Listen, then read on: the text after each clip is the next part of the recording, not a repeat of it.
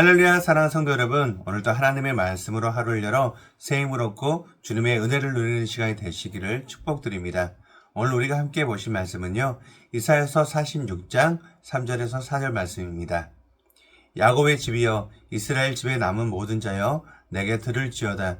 배에서 태어남으로부터 내게 안겼고 태에서 남으로부터 내게 업힌 너희여, 너희가 노년에 이르기까지 내가 그리하겠고 백발이 되기까지 내가 너희를 품을 것이라. 내가 지었은즉 내가 업을 것이요 내가 품고 구하여 내리라. 사랑하는 성도 여러분, 가끔 우리의 삶을 돌아보시면 참 우리의 어깨에 얹혀있는 삶의 짐과 책임감이 무겁구나 하고 깊은 피로감을 느낄 때가 있습니다. 매일 아침 일터에 나가 치열하게 하루를 버텨내시기도 하고 뜻대로 되지 않는 자녀들을 눈물로 기도하며 키워내시는 부모님들, 얽히고 설킨 인간관계 속에서 남몰래 소가리를 하시며 상처받으면서도 묵묵히 견뎌내시는 분들까지 다들 어떻게든 내 인생이 무너지지 않도록 가정과 자녀를 지켜내기 위해서 그 무거운 짐을 짊어지고 땀 흘리며 걸어가고 계십니다. 사람의 깊은 무의식과 마음을 연구하는 정신분석학에 따르면 우리 인간이 이렇게 무리해서 내 힘으로 모든 것을 끌어안고 짊어지려고 하는 근본적인 이유가 있다고 합니다. 그것은 바로 우리 내면 아주 깊은 곳에 자리 잡은 불안함 때문입니다. 내 힘으로 통제하지 않으면 내 삶이 어그러질 것 같고 내 자녀가 뒤처질 것 같고 나의 노후가 무너질 것 같다는 그 깊은 두려움이 매일 우리의 어깨를 짓누르고 있는 것입니다. 하지만 사랑하는 성도 여러분, 내 힘으로 내 인생을 통제하려고 움켜질수록 결국 우리에게 남는 것은 영혼의 깊은 피로감과 한숨, 그리고 뼈저린 무력감 뿐입니다. 오늘 우리가 함께 묵상할 이사야서 45장부터 47장까지의 말씀은요, 이처럼 삶의 무게에 짓눌려 인생을 끌고 가는 우리에게 하나님께서 베풀어 주시는 너무나도 따뜻하고 웅장한 위로의 말씀이십니다. 이 말씀이 선포될 당시 이스라엘 백성들은 바벨론이라는 거대한 제국에 포로로 끌려가 살고 있었습니다. 나라를 잃고 남의 땅에서 억압받으며 이제 우리의 인생은 끝났다, 하나님도 우리를 버리셨다라며 아주 깊은 절망 속에 갇혀 있었습니다. 바로 그때 하나님은 이사야 선지자를 통해 도무지 상상할 수 없는 크고 놀라운 구원의 계획을 보여주십니다. 이사야서 45장 말씀을 보시면 하나님께서 이스라엘을 구원하기 위해 이방 페르시아 왕 고레스를 부르시는 엄청난 사건이 등장해요. 하나님을 알지도 못하는 이방인 고레스의 오른손을 우리 하나님께서 진히 꽉 붙잡으시고 이스라엘을 가로막고 있던 닫힌 논문과 쇠빗장들을 산산조각 내서 부수십니다. 여기서 우리는 깜짝 놀라게 돼요. 빛도 지으시고 어둠도 창조하신 분, 평안도 지으시고 환란도 창조하신 분이 바로 우리 하나님이심을 분명히 보여주시기 때문입니다. 우리 삶에 일어나는 그 모든 일들은 결코 우연이 아닙니다.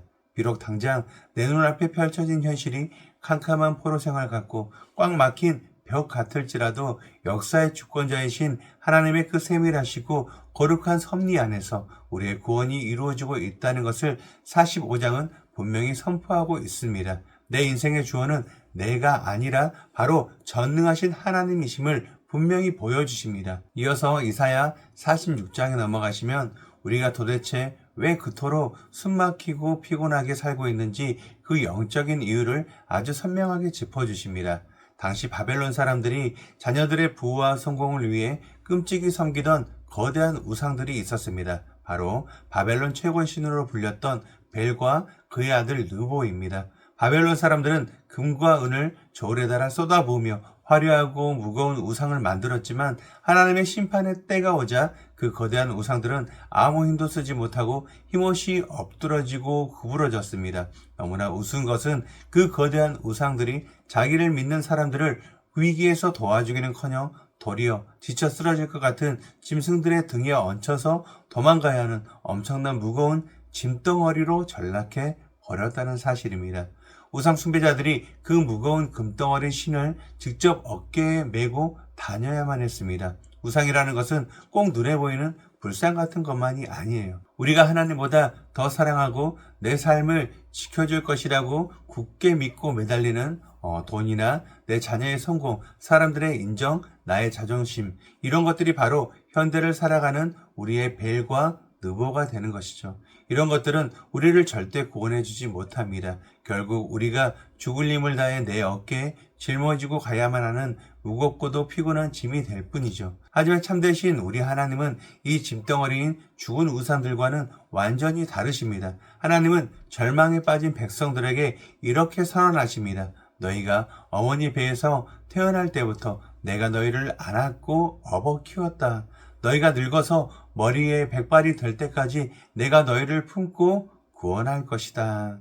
인간이 땀 흘리며 짊어지고 가야만 하는 무능한 세상의 우상들과는 달리 우리 하나님께서는 태초부터 영원까지 우리를 먼저 꽉 안아주시고 우리를 업고 가시는 살아계신 아버지가 되십니다. 마지막으로 이사야서 47장 말씀에서는요, 영원히 세상의 여왕으로 군림할 줄 알았던 거대한 제국 바벨론이 철저하게 무너지는 사건이 나옵니다. 바벨론은 자기들의 수많은 사술과 얄팍한 지혜만을 철석같이 믿으며 나뿐이라 나 외에는 다른 이가 없도다라고 무섭게 교만했습니다. 자신이 모든 것을 통제할 수 있다라고 믿었고 아무도 자기를 심판할 수 없다라고 생각을 했습니다. 하지만 하나님은 그들을 화려한 보좌에서 끌어내려 가장 비참한 티끌 바닥에 주저앉히시고 캄캄한 흑암 속으로 들어가게 하십니다. 하나님 없이 내 스스로 내 인생의 주인이 되어 내 힘으로 모든 것을 이룰 수 있다고 믿는 인간의 지독한 교만은 결국 가장 끔찍한 파멸을 맞이할 뿐입니다. 사랑하는 성도 여러분, 이 모든 말씀은 결국 예수 그리스도의 십자가 복음 안에서 가장 찬란하게 빛이 납니다. 원래 우리는 저 교만한 바벨론처럼 내 얄팍한 지혜와 내 힘으로 내 인생을 통제해 보려고 했던 죄인들이었습니다. 그 죄와 교만의 무게에 짓눌려 흑암으로 떨어질 수밖에 없는 존재였습니다. 하지만 우리 구주 예수님께서 우리가 마땅히 져야 할 그 무섭고 무거운 죄의 짐과 율법의 저주를 친히 십자가에서 홀로 다 짊어지셨습니다. 하나님께서 하나뿐인 독생자의 생명을 내어주시는 엄청난 대가를 치러주셨기에 우리는 이제 나의 잘남이나 공로가 아니라 오직 십자가의 무조건적인 은혜로 그 따뜻한 주님의 품에 값없이 안길 수 있게 된 것입니다. 그렇다면 이 이사야 말씀을 통해 우리가 우리 삶의 자리에서 굳게 붙잡아야 할 분명한 적용점은 과연 무엇일까요? 그것은 바로 내가 불안해서 억지로 짊어지고 통제하려 했던 삶의 무거운 우상들을 십자가 앞에 다 내려놓고 나를 백발이 될 때까지 품어주시는 하나님의 무조건적인 사랑에 내 인생 전체를 온전히 내어 맡기는 것입니다. 우리는 시시때때로 자녀 문제로 우리의 마음이 상하기도 합니다. 내가 완벽하게 뒷바라지를 못해서 내가 제대로 방향을 잡아주지 못해서 우리 아이가 실패하면 어떡하나 하는 불안감이 부모의 어깨를 짓누릅니다. 건강의 문제, 노후의 재정 문제, 직장에서의 승진과 성과 문제도 마찬가지예요. 내가 이것들을 꽉 쥐고 내 계획대로 통제하지 않으면 내 인생은 불행해질 거야 라고 스스로를 몰아세우며 세상의 성공이라는 죽은 우상을 짊어지고 힘들게 살아갑니다. 하지만 사랑하는 성도 여러분, 이제 그 피곤하고 헛된 짐들을 주님 앞에 다 쏟아놓으시기를 바랍니다. 하나님, 저는 너무나 연약하고 어리석어서 저의 인생조차 책임질 능력이 없는 사람입니다. 내가 통제하려 했던 내 자녀의 앞길과 내 가정의 경제적인 문제와 그리고 한 치 앞도 보이지 않는 나의 미래까지 빛과 어둠을 창조하시는 전능하신 주님께 온전히 전부 주님께 맡겨드립니다. 이렇게 겸손히 고백하시며 내 손에 꽉 쥐었던 힘을 푸는 것입니다. 우리가 무언가를 잘해내야만, 대단한 믿음의 업적을 쌓아야만 하나님이 우리를 품어주시는 것이 아닙니다. 예수님의 거룩한 보혈의 피값으로 사신 너무나 귀하고 귀한 하나님의 자녀에게 마치 갓난아이를 품에 안은 엄마처럼 창세전부터 우리를 꼭 안아주셨고 우리의 머리가 하얗게 새어 늙고 병들 때까지 주님은 우리를 절대 놓지 않으시고 끝까지 품고 구원해 주십니다. 오늘 하루 우리의 힘만으로 그 무거운 짐을 끌고 가는 외롭고 고단한 삶에서 벗어나시기를 바랍니다. 나보다 앞서가시며 내 앞에 막힌 문을 부수시고 쓰러진 나를 번쩍 들어 품에 안고 가시는 그 크고 따뜻한 주님의 사랑 안에서 진정한 영혼의 쉼을 누리시길 바랍니다. 우리 교회 공동체 모두가 내가 짊어지는 피곤한 삶을 벗어버리고 주님이 품어주시는 은혜를 충만히 누리기를 원합니다. 오늘 하루도 불안을 넘어선 참된 평안 가운데 가벼운 발걸음으로 세상 속을 담대히 걸어가시는 저와 여러분이 되시기를 주님의 이름으로 간절히 축복드립니다. 우리 함께 기도하시겠습니다. 사랑과 은혜가 한없이 풍성하신 하나님 아버지, 오늘도 주님의 그 다정하고 힘있는 은혜의 말씀으로 우리의 굳은 마음을 두드려 주시니 감사합니다. 주님, 우리의 삶을 정직하게 돌아보면 우리는 우리 삶에 닥친 수많은 문제들을 어떻게든 우리 힘으로 해결하고 통제해 보려고 발버둥을 쳤고 마치 교만한 바벨론 제국처럼 우리의 얄팍한 지혜와 경험만을 굳게 믿으며 살아왔습니다. 하나님보다 세상의 돈과 사람들의 인정을 더욱 꽉 쥐려 했던 그 우상 숭배의 마음이 결국 우리의 영혼을 무겁게 짓누르고 숨막히게 하는 피곤한 짐이 되었음을 이 시간 십자가 앞에 회개하며 고백합니다. 사랑하는 주님, 이제 우리의 이 무거운 짐과 뼈아픈 불안을 우리를 위해 십자가에서 피 흘리신 예수 그리스도의 발 앞에 남김없이 다 내려놓습니다. 너가 늙어 백발이 될 때까지 내가 너를 품고 구원할 것이다 라고 약속해 주신 그 무조건적이고 압도적인 사랑에 오늘 우리의 모든 하루의 시간을 사랑하는 가족과 자녀를 그리고 전혀 앞이 보이지 않는 미래의 모든 문제까지 전부 내어 맡겨드립니다. 온 우주의 역사를 친히 이끌어 가시며 빛과 어둠까지 주관하시는 전능하신 주님, 오늘 하루 우리 삶의 모든 발걸음을 주님의 은혜로 완전히 덮어주시옵소서. 우리 힘으로 아등바등하며 억지로 버티는 고단한 하루가 아니라 우리를 따뜻하게 안아주시고 업어주시는 그 크신 하나님의 날개 아래서 진짜 평안과 안식을 흠뻑 누리는 참 복된 하루가 되게 하여 주시옵소서.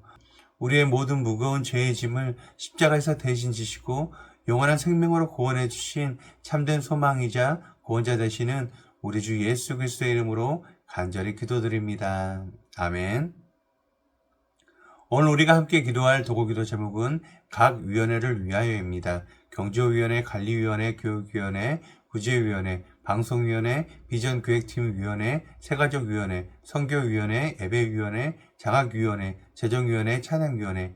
첫 번째로 위원회 회원들을 위하여 교회의 각 위원회가 활성화되어 몸된 교회를 든든히 세우고 하나님의 영광을 선포할 수 있도록 기도하여 주시기 바랍니다. 두 번째, 위원장과 임원들을 위하여 하나님께서 부르신 자리에서 교회와 위원회를 세우는데 뜻을 모으고 기쁨과 감사로 헌신하는 위원장과 임원들이 될 수 있도록 기도하여 주시기 바랍니다.